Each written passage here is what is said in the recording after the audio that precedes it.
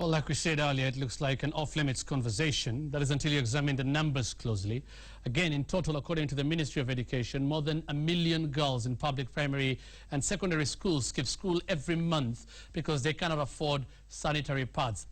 Many of these children eventually drop out of school altogether. And a survey by an NGO, that is GCN, the Girl Child Network, reveals some rather startling numbers. According to the report, a girl who is forced to be absent from school for 4 days each month due to menses loses a total of 36 days of learning in a year. On average, girls commence their menses around class 6. Therefore, for the last 3 years of primary education, that is between classes 6 to 8, a girl will lose 6 learning weeks every year. That is 1.5 months, or nearly 17% of school time for secondary school girls. Within the 4 years of high school, the same girl loses 156 learning days, equivalent to almost 24 weeks out of the 144 weeks of learning of secondary school. Now, the government estimates 1,039,000 girls will skip school every month unless someone provides sanitary pads. Now, to keep each of these girls in school throughout it will cost about 846 shillings per girl yearly. Now, according to the government, the number of girls in need of sanitary towels yearly is slightly over 1 million. And in the 2011-2012 financial year, the government allocated 240 million shillings for the purchase of sanitary towels for girls between classes 4 to 8. Now, this catered for slightly under 500,000 girls, meaning another 500,000 girls missed out school because they could not afford the essential pads. The budget allocation was increased in the 2012-2013 financial year to 300 million shillings, catering for slightly under 600,000 girls between classes 6 to 8. Again, a big number of about 400,000 were left out. And interestingly, in the current financial year, that is 2013-2014, the allocation has been reduced to 201 million shillings. That will cover less than 400,000 girls in estimation, leaving more than 600,000 vulnerable girls to their own devices. Now, to keep all the 1 million plus girls in school throughout the year, the government would need about 400 million shillings, double the current allocation. So why is this such a big issue? Now, keeping girls in school reduces the pregnancy rate to 8% as compared to a 40% rate for those who don't stay in secondary school. Education also increases a woman's ability to plan and make better choices, and 90% of a woman's earnings are reinvested in the family, not to mention that providing sanitary pads to vulnerable children gives them dignity and self-esteem. Well, we now go to our talk studio where Janet Mogwa is standing by with the panel. And Janet, obviously, we're wondering from 300 million in the 2012-2013 budget to now 201 million, 99 million shillings slashed. And we know they haven't been catering for all the numbers. I'm sure you have a government official there who will answer that for us. We absolutely do, Hussein. She'll answer that in just a moment. First of all, I want to get the reaction from Beatrice Wafula, who of course was featured there in A Period of Shame by Judy Kosgei, someone who's very passionate about seeing her girls have access to sanitary towels. You mentioned in the feature, they're betraying us, they're letting us down. Who is doing that, and why do you feel like you're not getting enough of the help that you need to give those girls pads? We are being let down by the government, and we also have women representatives who are supposed to fight for us. Mm-hmm. That is why I feel we are betrayed. Mm-hmm. So I don't know what they're thinking about and what they're going to do about it. I think after this show, they'll see what they can do about it. All right, I want to come back to you again in just a moment. Let me now go, of course, to Jane Mwerere, who's the gender officer for the Ministry of Education, being put to task. A lot of people even on Twitter saying, what is government doing? Why are we seeing the budget being slashed? Tell us exactly what's happening. Okay, Janet, let me start by appreciating the government's effort in introducing this, introducing a budget line. Actually, the government is very, very committed to make sure that the girl child remains in school. In fact, Janet, and maybe you can attest to this, Kenya is the first government to initiate such a program. Mm. And this really is a big, big commitment. The kind of budget that we get from Treasury, that is what we work with. Mm-hmm. And like the figures have shown, mm-hmm. This program was initiated the first time in 2011-2012 financial year, where the government was the ministry was allocated 240 million. Again, in the financial year 2012-2013, 300 million was allocated. And then in 2013-2014, it came down actually by 100 million. This is what was given to us as a ministry, and I want to believe there must have been reasons why it happened. But again, we are engaging the Treasury to ensure that this deficit is the gap. Yeah, is bridged during the supplementary budget. I want to keep moving the conversation along and get everyone else in. You have a criteria for identifying counties, districts, and schools that benefit. It includes needy areas based on county directors of education reports, national poverty index. Is this a blanket? Because it still turns out that some people who need it, as Beatrice has said, in fact, in her area, didn't receive the sanitary towels that they had actually been included in the list. So there also seems to be a disconnect. You're saying that there must have been reasons why, but then again, there's girls who are staying out of school. So perhaps we need a bit more clarity as to why some of these people didn't receive their distributions. Yes, already the ministry has done an evaluation, and we've realized that quite a number of needy girls have been left out. So what we are doing is that we are rethinking about the criteria that we've been using.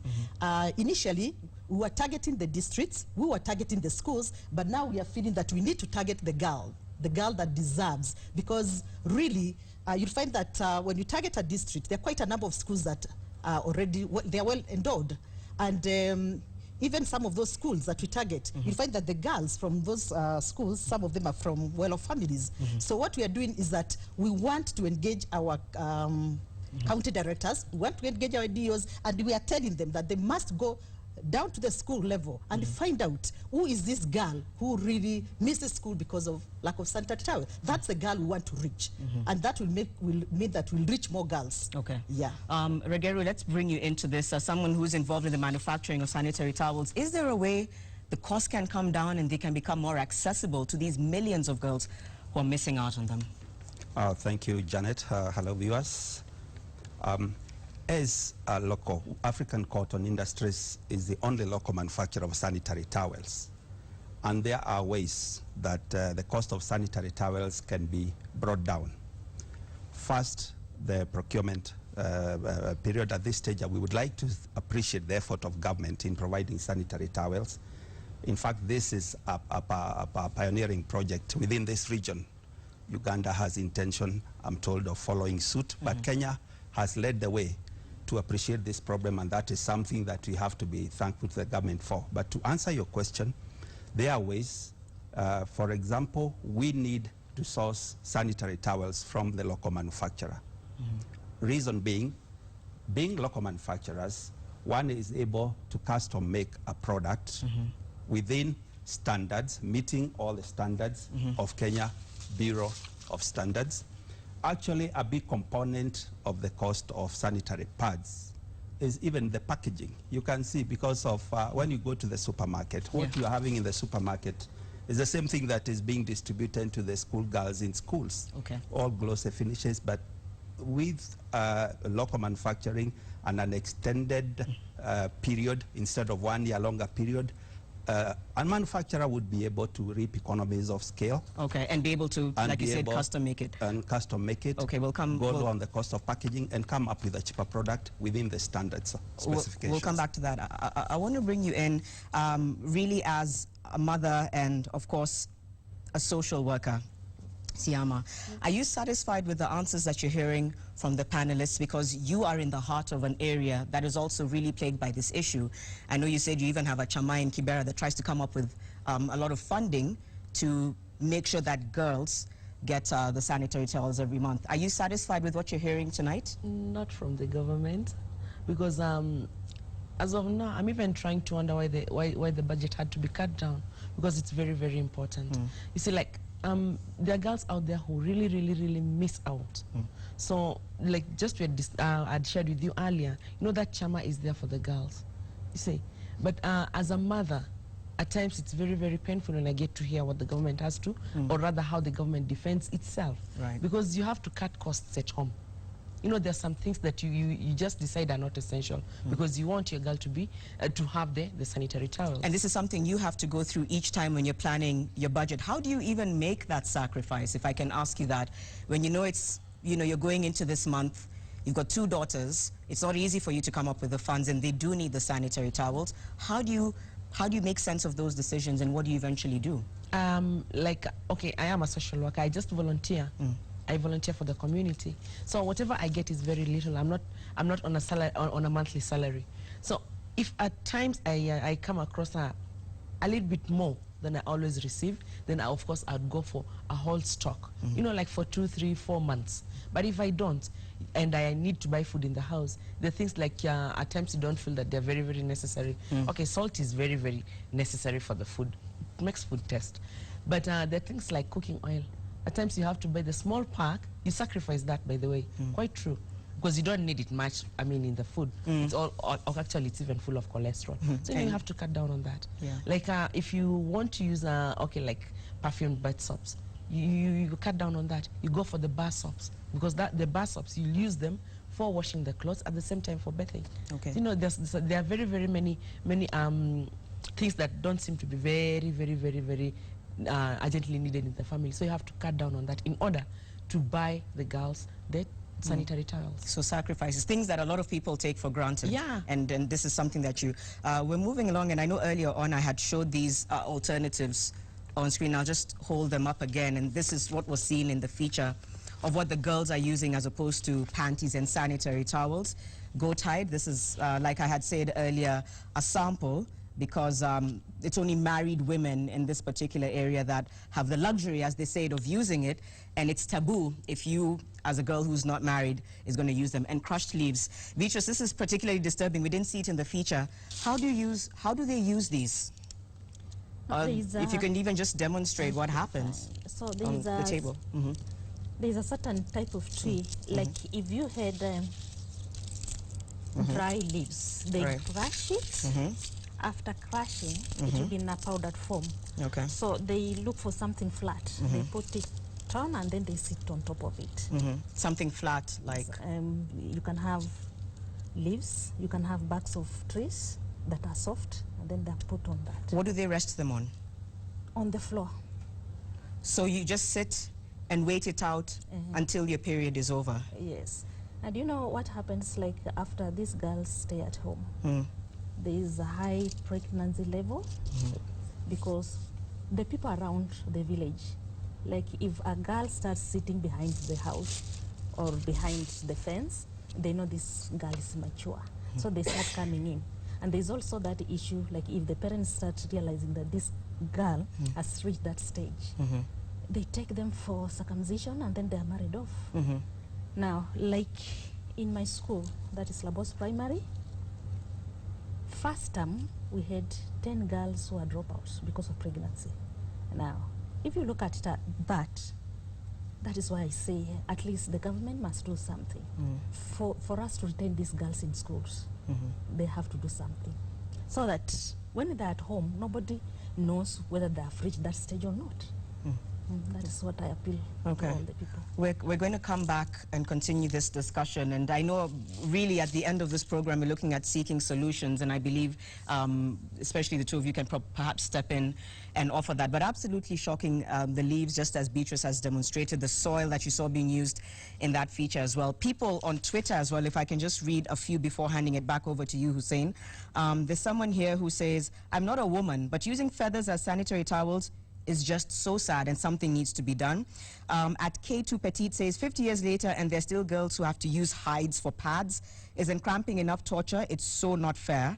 We have Adan Diego saying, I think the sanitary towel issue can be rolled out better at county level. So what are counties doing? And finally, someone here says, is it really happening in our country? So a lot of people expressing shock, and like we keep mentioning, and Hussein will even attest to this, even in the office, coming up with this particular topic for discussion was an issue, especially for a lot of the men. And Hussein, I know you can attest to that, but it's the fact that it affects every single one of us. The men have wives and sisters and daughters, so really it's for every one of us. And Hussein, we were saying that earlier, it was difficult to have that discussion in the office because it's considered so taboo. Yeah, Janet, it was a very, very hot debate. in our newsroom before we came up with that. I wouldn't go into the details of those pro or those anti, but we have it on air. And I'll continue with some of the text on 22422. We have Amran Ali from Kajiado saying it's really sad to see this happening to young girls in Kenya. If only we could find a way of helping them as Kenyans. We should raise funds to buy sanitary towels for these young girls. And then we have Nelly from Diwa who says, remember the Kenyans for Kenya initiative? You should initiate one like that and say something like, girl in school always, or keep a girl in school. And then we have another one who didn't say the name or where they're texting from, but says, this may sound insensitive. The pad expense is recurrent in nature, so the best option is for each school to initiate income-generating projects geared towards providing for the girls. I'm supposed to read some tweets. Yep, we have some tweets on air now. At Jaffa Cakes 898 says, wow, at Citizen TV Kenya, these revelations on the things girls who cannot afford sanitary towels used to manage menses. At Samide says the government should be at the forefront to assist the young girls on purchasing pads. It's their future at stake. And then we have at Samantha Dalk says, I'm lost for words on the predicament of these girls. Something has to be done urgently. At Wami Fifi, wow, it's really heartbreaking what these girls go through every month because they can't afford sanitary pads. It's so sad. We then have at Conso N, it's so sad. Let us accompany these children to embrace their womanhood by sharing in their needs. And finally, at Brenda Mwai, it's a shame in this day and age a necessity like sanitary pads is not available, yet the government has a budget on that. We'll keep sending